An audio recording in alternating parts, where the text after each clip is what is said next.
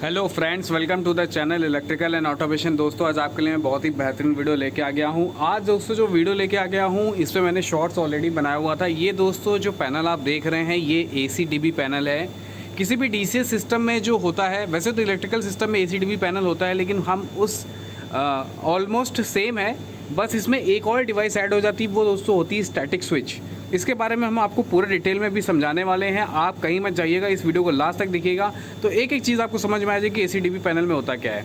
ये ACDB panel जो है रेफरेंस लिया गया है DCS और PLC का, तो हम DCS और PLC के रेफरेंस में बात करेंगे दोस्तों। तो जैसा कि दोस्तों अगर आप हमारे चैनल पर पहली बार आए हैं तो इस चैनल को सब्सक्राइब करना ना भूलिएगा और बेल आइकन का नोटिफिकेशन दबाना ना भूलिएगा, ताकि हम जो भी वीडियो डालें वो आपको लेटेस्ट ही आपको अपडेट हो जाए।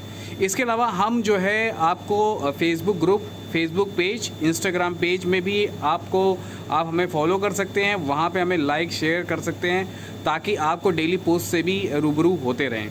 तो चलिए दोस्तों, जैसा कि बताया ACDB पैनल यानी AC डिस्ट्रीब्यूशन पैनल यानी AC सप्लाई का डिस्ट्रीब्यूशन पैनल आप देख रहे हैं। किसी भी DCS और PLC सिस्टम में AC डिस्ट्रीब्यूशन पैनल क्यों लगाया जाता है दोस्तों? होता क्या है कि हमारे पास बहुत सारी पैनल में डिवाइसेस होती है। फॉर एग्जांपल ये पैनल दिख रहा है आपको, यहाँ पे डिवाइसेस दिख रही हैं। हमको इन डिवाइसेस को चलाने के लिए, कंप्यूटर को चलाने के लिए हमें चाहिए पावर। तो पावर हमें कहाँ से मिलेगी दोस्तों? हम कभी भी क्रिटिकल ऑपरेशंस के लिए रॉ पावर यानी जो बिजली बन रही है उसकी डायरेक्ट पावर नहीं लेते हैं, हम यूज़ करते हैं UPS का।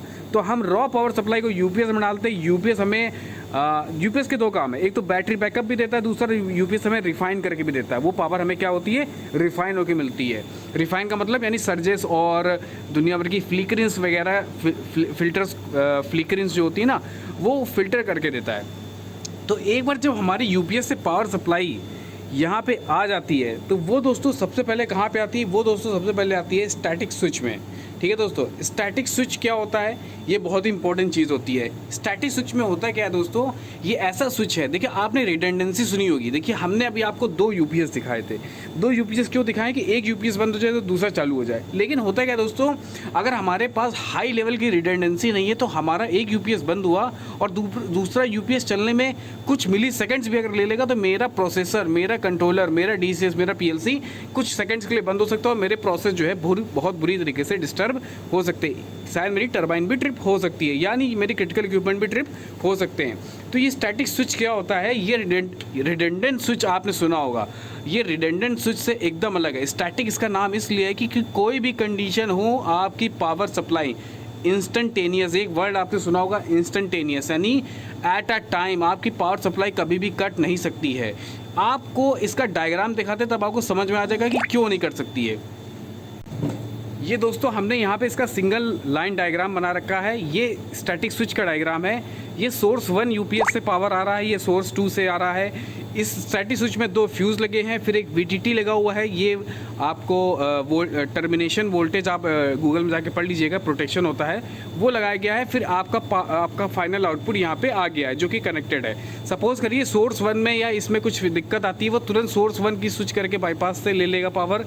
सोर्स 2 का भी इसी तरीके से स्विच करके बाईपास से ले लेगा पावर।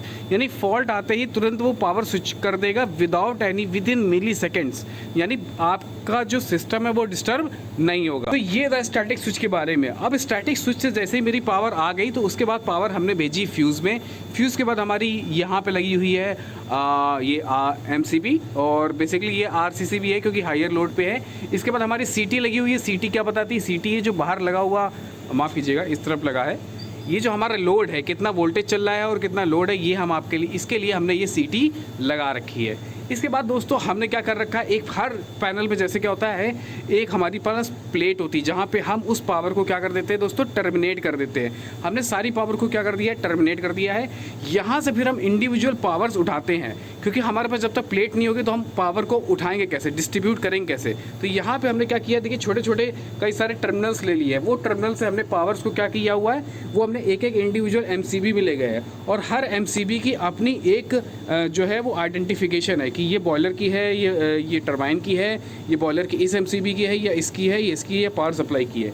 अब दोस्तों सबसे बड़ी बात होती है कि डीसी में जब भी हम बात करते हैं तो हम 24 वोल्ट की बात करते हैं। तो दोस्तों ये जो बात कर रहे हैं ये तो एसी सप्लाई की बात कर रहे हैं। अब ये एसी सप्लाई जो है वो कैसे 24 वोल्ट में चेंज हो रही है वो हम देखते हैं। इस पैनल के पीछे दोस्तों हमारी क्या है, पावर सप्लाई है। तो होता क्या है कि हमने एसी सप्लाई एक बार प्रॉपर एसी सप्लाई हमने यूपीएस से ले ली। अब उसके बाद हम उस एसी सप्लाई को हम किस में देंगे, पावर सप्लाई यूनिट में। चलिए मैं आपको पीछे दिखाता हूँ। तो हम ये पीछे पैनल पे आ गए हैं। जब हम पीछे का पैनल खोलेंगे तो आपको देखेंगे यहाँ पे बहुत सारी पावर सप्लाई लगी हुई है। ये दोस्तों पावर सप्लाई क्या करती है, ये पावर सप्लाई 230 वोल्ट एसी को 24 वोल्ट डीसी में चेंज करती है। अब आप सोच रहे हैं इतनी सारी पावर सप्लाई का क्या फ़ायदा है। दोस्तों होता क्या है कि हम बहुत ही स्मार्टली काम करते हैं प्लांट में। हम कभी भी एक पावर सप्लाई, जैसे आप कहोगे कि भाई 40 एम्पियर की है, आप यहाँ 200 एम्पियर की पावर सप्लाई ले लो। अरे भैया पावर सप्लाई 200 एम्पियर की तो ले लेंगे, लेकिन अगर वो गई तो मेरा सारा सिस्टम चला जाएगा।